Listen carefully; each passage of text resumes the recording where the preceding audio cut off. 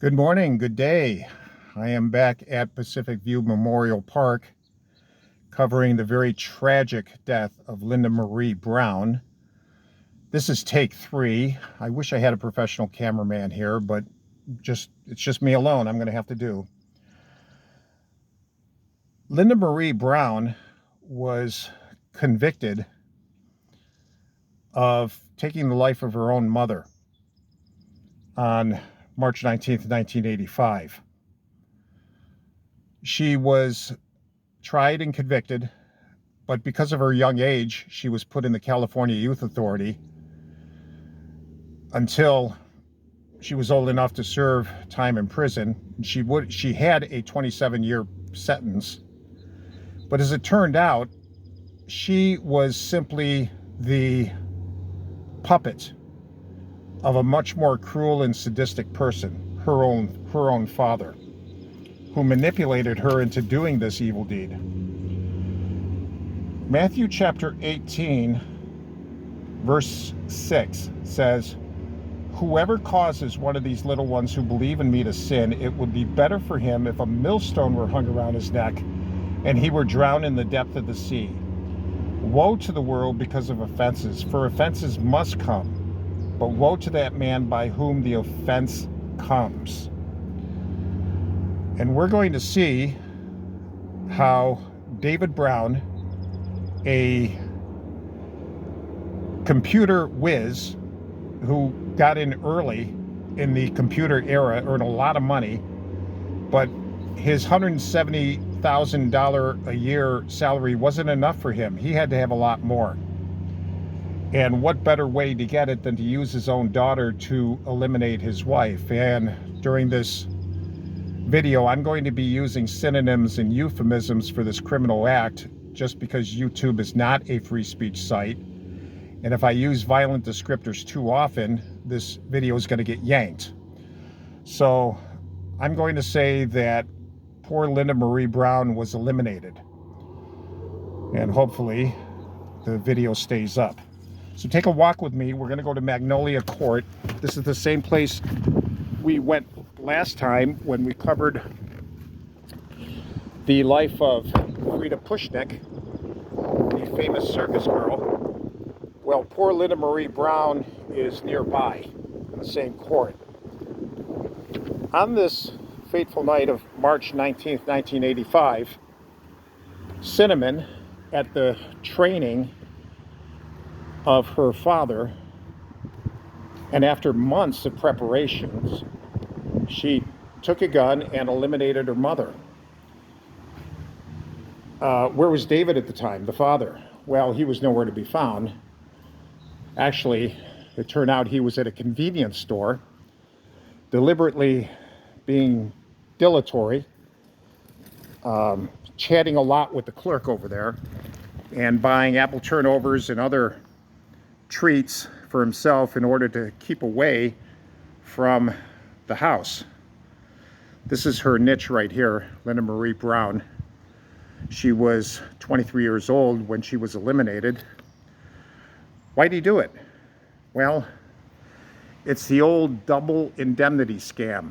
I don't think there was double indemnity here, but it turns out he was the beneficiary of $830,000 of insurance money should his wife die, through more than one policy. And some of those policies were taken out just a few weeks or months before Linda was eliminated. Cinnamon, on that night, shot her mother twice. And when David got home, he acted shocked, he acted surprised. He called the police.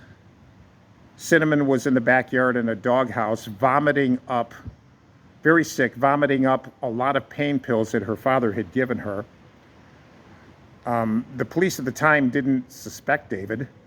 It looked like Cinnamon had acted alone. Apparently she didn't like her mother. But after 3 years in the California Youth Authority and David showing no signs that he was trying to help get her out, she confessed to police what was really going on. So for nearly 4 years after Linda's death, The police had believed that Cinnamon acted alone. But it turned out that her father was turning her against her mother, telling her lies, telling her that her mother wanted to rob money from him, wanted to take the house from him, wanted to take his business from him, wanted to split the family, wanted to separate David from Cinnamon. None of it was true.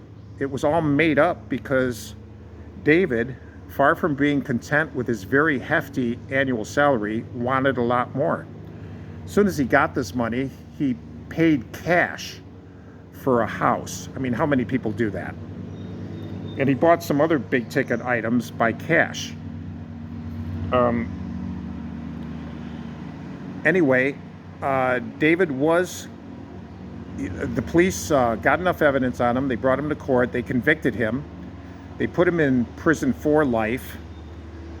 Cinnamon, however, being 14 years old at the time of her mother's elimination, they came to understand, hey, she was, the parole board said, she was young, she was extremely impressionable.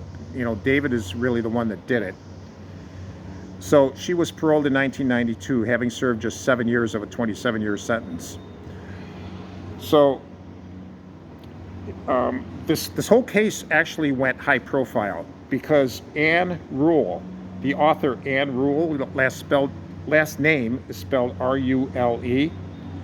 She wrote a book entitled If You Really Loved Me about this case. This is based on David's words of manipulation to Cinnamon. David told Cinnamon, if you really loved me, you would do this for me. So Anne Rule wrote the book, If You Really Loved Me, which became a Lifetime television movie of 3.5 hours entitled Love, Lies, and Murder. It was put on TV in 1991. Oprah Winfrey interviewed Cinnamon Brown while she was still in the Youth Authority. She simultaneously interviewed author Anne Rule, and Cinnamon went into some detail about how her father had manipulated her into doing this awful, awful, unspeakable thing. Linda left behind, when she died, a 7-month-old daughter and a very heartbroken, shattered family. David went to prison for life. He died while in captivity, while in custody in when was it? In 2014, he died of natural causes. As I said, Cinnamon was paroled. I don't think anyone else was convicted in the matter. But this is, what can I say? The things some people do for money. It's unspeakable. This case, I read a lot about it. I didn't watch the 3.5-hour movie. I didn't read Anne Rule's book. You can get the book online. You can also get the movie on YouTube.